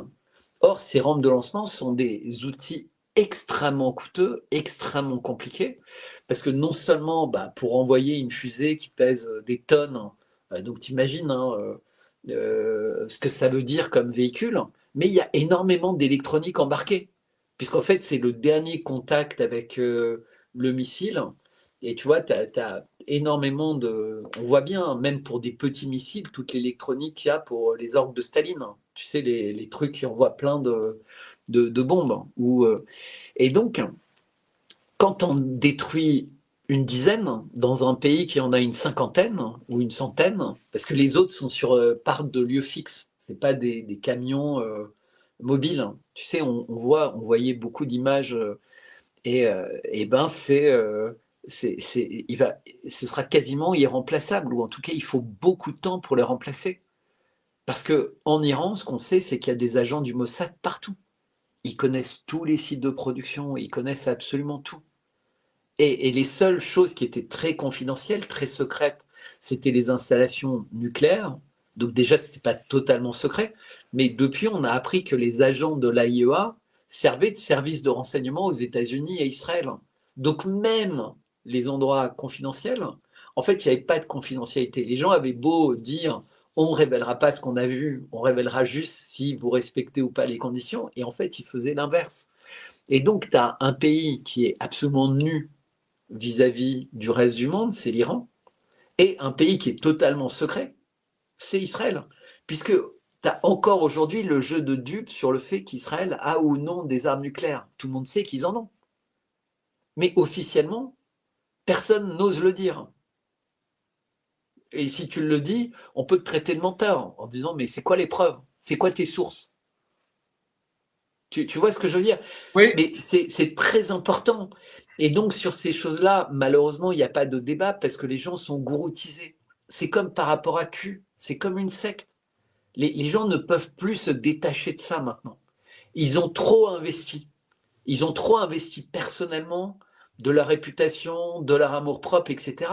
Donc, ils ne peuvent plus faire marche arrière. Moi, je sais qu'il y a souvent des personnes qui me disent « Putain, franchement, félicitations d'être parti de Trump que vous mettiez dans vos 5 fantastiques à dire que c'est une super marionnette à l'ego boursouflé. Vous avez vraiment eu du courage. » Mais je renie pas ce que j'ai pensé de Trump. Pas du tout. Je dis juste qu'il s'est passé un événement dans la vie de Trump, la tentative d'assassinat, qui aurait pu faire de lui encore plus quelqu'un de fantastique pour le monde s'il avait cru à un miracle. Et en fait, il n'a pas cru à un miracle, il a cru qu'il était un prophète d'Israël. Et ça a tout changé. Bertrand, merci beaucoup. Puis on se reparle. Si on voit qu'il y a des choses qui évoluent demain, on peut en refaire un autre demain soir. Chose certaine, ça crée beaucoup de controverses. Quand une analyse comme ça crée autant de controverses, c'est intéressant. À tout le moins, là, c'est intéressant. Puis je vais me risquer encore une fois à garder les commentaires après l'émission. Puis on va voir un peu comment ça se défile. Mais ceux qui veulent utiliser l'insulte, à mon point de vue, ne font que présenter leur faiblesse argumentaire. En tout cas, abonnez-vous à mon Substack, achetez ce livre, parce que vous verrez, malheureusement, et tu vois, l'avantage, c'est que c'est écrit, tout ce qui se passe. Oui. Ben, j'avais déjà dit exactement comment ça allait se passer, parce que, en fait, c'est que des choses logiques. Rappelle-toi les subprimes, les Américains se sont gavés avec les subprimes, les grandes banques, les machins, etc. Et quand il y a eu des problèmes, c'est le monde entier qui a eu de payer. Et ben c'est pareil pour le dollar, c'est pareil pour la dette américaine, et c'est des pays entiers, des régions du monde entier qui vont souffrir le martyre parce que les Américains vont avoir besoin de les vampiriser pour éviter de s'effondrer trop vite. Et donc c'est une fuite en avant. C'est une fuite en avant des Américains, des sionistes et entre guillemets de Macron sur la censure pour prendre le contrôle des armes, pour prendre le contrôle des ressources. Et en face, bah, c'est une tentative entre guillemets de résister avec les BRICS, mais c'est très très dur parce qu'en fait, ils sont face à des gens qui n'agissent pas et qui agissent rationnellement comme un diable en fait. Tu sais, c'est le film avec James Dean, La fureur de vivre. C'est qu'en fait, là, tu as 2 camps qui sont dans une voiture à pleine vitesse et chacun se dit l'autre va céder avant moi. Ah, et, oui. On approche du moment où, parce que pour l'instant, les Russes ne cèdent pas. Évidemment, les Américains ne cèdent pas parce que de toute façon, céder pour eux, c'est la mort. Alors que les Russes pourraient céder et vivre encore 30-40 ans avant de craquer complètement. Parce que le problème, c'est qu'à chaque fois que tu cèdes contre le diable, tu te fragilises à l'extérieur et à l'intérieur. Parce qu'il y a plein de pays qui observent ça. tu sais, des petits pays en Afrique, Burkina Faso, Mali, etc., les peuples avaient choisi. Parce que tous les gens qui parlent des peuples et du choix des peuples. Et on voit bien que les États refusent et donc ils recréent des attaques terroristes, ils recréent des tentatives d'assassinat, ils recréent des enlèvements. C'est-à-dire que toutes ces personnes sont à géométrie variable, entre guillemets. Moi, j'essaie d'analyser toujours avec les mêmes codes de lecture, en fait. Et ce que je sais, ce que je pense, c'est que le Venezuela, c'est pas un pays qui souhaite que les Américains viennent en prendre le contrôle et on va s'en rendre compte. Mais est-ce qu'ils ont le choix? C'est très difficile face à un pays qui est prêt à tout détruire et qui fait la démonstration de force que les Américains ont fait. Eh bien, peut-être que ils vont devoir s'écraser et commencer à organiser la rébellion et il se passera comme ce qui se passe en Syrie. Le pays, la région va être complètement déstabilisé. Puis on n'a Parce que pas ça senti... finira pas bien, cette histoire. Non, puis on n'a pas à se sentir attaqué. Le futur risque de rendre la vérité à ces analyses-là, Bertrand. Quelle que soit votre position ce soir, que vous êtes fâché ou pas, j'ai l'impression qu'on va connaître beaucoup de réponses dans les prochains jours, les prochaines semaines. J'ai l'impression que les tensions sont tellement élevées actuellement que même si vous voulez vous battre et essayer de dire non, c'est moi qui ai raison, non, c'est lui qui a raison, le réel va nous rattraper bientôt. Et Il y a quelque chose que je n'ai pas évoqué, mais oui, ils n'ont pas tous été tués au Venezuela. Et la vice-présidence qui est censée prendre le pouvoir, bon, Trump a déjà annoncé que ce n'était pas question, qu'il allait choisir et que c'était les États-Unis qui allaient gérer avant une période de transition. Donc ils vont mettre un gouverneur, si tu veux. Les Américains, enfin Trump va devenir de fait le président du Venezuela. Donc il est président des États-Unis et maintenant, depuis hier, président du Venezuela. C'est comme ça qu'il le vit. Il faut bien comprendre ça. Trump le vit comme j'ai vocation à être le président du monde. Mais comme il n'est pas le seul à le penser, tu vois, Netanyahou le pense, Macron le pense, ils sont pleins à penser avoir ce destin d'un pouvoir omniscient sur le monde entier. Et moi, je pense que celui qui tire le mieux les ficelles, c'est Macron, parce qu'il le fait sans en avoir l'air. Eh bien, cette vice-présidente a déclaré, bon, je ne sais pas combien de temps elle va être avant d'être tuée ou mise en prison ou je ne sais pas quoi, mais qu'il était hors de question, justement, que le Venezuela devienne une colonie des États-Unis. Parce qu'en fait, c'est de ça qu'il s'agit, gouvernorat ou colonie. Mais que les gens trouvent ça génial, hein, qu'un pays dise qu'il va libérer un autre pays, mais qui en fait en prend le contrôle pour prendre les ressources, franchement, je suis désolé de vous dire, mais vous êtes vraiment des connards.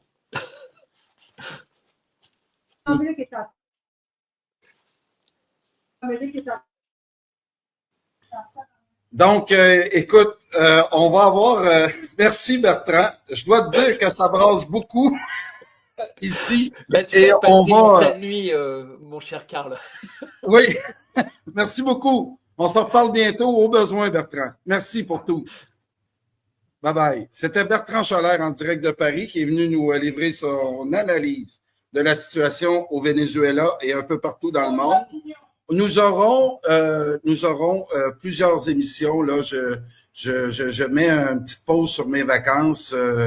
Ce soir, on va avoir une émission avec une opinion totalement inverse. Vous avez vu Véronique et aussi d'autres au Québec qui veulent intervenir. On va les écouter, puis à vous de vous faire votre propre pensée. Et oui, 2 petites secondes, j'ai Bertrand. Oui, Bertrand? Ben là, j'en ai profité pour regarder 2 secondes le caviardage. Alors franchement, si tu veux, tu as cette image d'Épinal de les communistes, c'est très mal. Donc je voudrais juste demander aux personnes de s'intéresser 5 minutes à poser des questions à des Chinois, ce que vive la Chine, ce que les progrès en Chine, à quoi ressemble un nouvel élan à Shanghai ou ailleurs, à quoi ressemble la salubrité des villes, le niveau hospitalier, le niveau des universités, etc. Pourtant, il n'y a pas plus communiste, entre guillemets, que la Chine. Donc encore une fois, vous êtes juste gavés de films d'Hollywood depuis très longtemps. vous n'avez toujours pas compris qu'il y avait des nuances dans les termes, dans les modèles, et qu'en fait, les modèles étaient, pour ainsi dire, plus ou moins adaptés au pays. Le modèle communiste. Et il y a d'ailleurs quelqu'un de très intelligent aux États-Unis qui s'appelle Jackson Hinkle, qui vient de créer le Parti communiste américain. Pour vous dire, le truc n'est pas bon à jeter à la poubelle. Il ne faut pas confondre marxisme et communisme à la chinoise, qui est un modèle très intéressant et qui fonctionne bien, puisque la Chine est en train de devenir la première économie mondiale et bientôt une première puissance. La Russie est sortie du communisme, elle a vécu une partie du temps dans un système complètement capitaliste et elle s'est fait dépecer par des capitalistes beaucoup plus malins, entre guillemets, et là, elle va devoir trouver sa propre voie, parce qu'en fait, la Russie comprend, comme la Chine a compris depuis plus longtemps, que le système capitaliste, c'était un cancer, c'était un virus terrible qui tue l'âme des peuples, qui impose l'IVG, l'euthanasie, la transsexualité, le changement de genre, la drogue, la pornographie, qui nous demande d'apprécier la pédophilie, etc. Donc tous les gens qui me critiquent, ils devraient réfléchir un peu avant de critiquer. Ils devraient se poser des vraies questions au lieu d'être uniquement pavlovien sur un mot. Alors, ils comprennent un peu qu'Epstein, il y a un truc compliqué, mais le mot communiste leur fait plus peur. Ils comprennent. En fait, franchement, essayez de connecter les choses entre elles au lieu de fonctionner comme des abrutis. Donc, vous pouvez mettre vos commentaires de merde, vous pouvez mettre tout ce que vous voulez. Franchement, j'en ai rien à foutre parce que les débiles ne m'intéressent pas. Voilà. Merci Bertrand. C'est quelque chose en 2026 qui a changé drastiquement. En 2026, et, les gens ont